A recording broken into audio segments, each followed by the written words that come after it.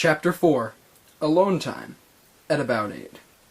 As the title so clearly states, I was alone at about 8 o'clock that night, all by myself in my studio apartment fine-tuning my swing as well as my putting in preparation for the day to come.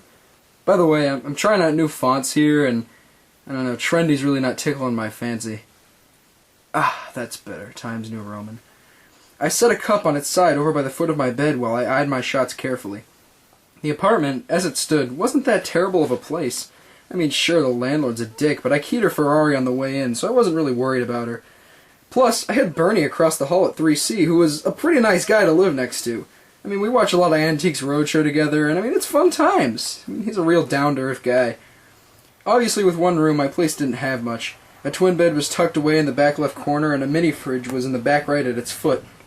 The desk was on the left wall, but its current laundry-covered state made it pretty much useless. Obvious room descriptions aside, though, I set up shop in front of the door, leaving me vulnerable for when it would most certainly slam open when my landlord noticed her Ferrari was scratched. But what about the possibility of an aerial attack? The rough but flat Detroit Lions welcome mat made for a perfect surface to putt off of. I lined up my shot the best I could, but I wasn't happy with the way I was seeing the ball's path, and I took a knee. I eyed the ball, following what I hoped would be its path into the cup 10 feet, 3.048 meters, away with my eyes. My stare then moved back to the ball, but then I stood up. I couldn't take the shot. I like how I'm making this overdramatic as shit, by the way, even though I'm just practicing putting in my studio apartment. Honestly, just bear with me for the rest of this page, or I don't know, like maybe a couple or so. I have the worst writer's block tonight, so yeah, I don't know.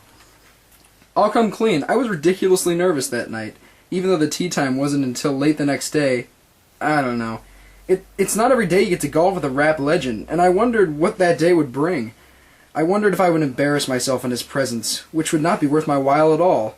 So I laid down and started to put together a little something. It was just a simple yes or no list regarding the situation at hand. And this is the list in question. I go, I get to hang out with P. Diddy and his prostitutes. I don't go, I don't get to hang out with P. Diddy. Although I could probably still find some prostitutes. I mean, they seem to be all over me as of late. I do go, I get to go play golf. I don't go, I might get shot on the LA streets.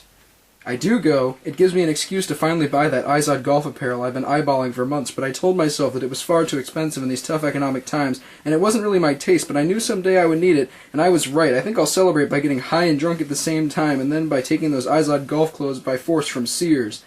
If I don't go, no Izod for me. Clearly the prospect of owning Izod golf apparel was too much for me to overcome, and I felt a lot better about my decision. With my spirits lifted to new heights, I figured it was time to call it a day. Practicing putting would only make me nervous, and in any case, it really wasn't getting a whole lot accomplished. Getting up only to turn off the light, I nestled myself into bed upon laying back down and started resting up for the big day to come. Now the decision was made, but I needed to get out the next day to pick up those clothes. I thought about picking them up on the way back, but some incident that I can't entirely recall kept me from my stylish destiny. In actuality, what I wrote for this part in the original copy was absolutely terrible in every stretch of the imagination. I mean, really, I was even shocked after I read it. I mean, if you want to hear it, I guess you can come find me or something, but I don't know, be warned, it was gruesome. It was pretty bad. Sears was what I mentioned in the list, and that option was sounding better by the second. There was one right near the BK I went to that day, and right near Diddy's house for that matter.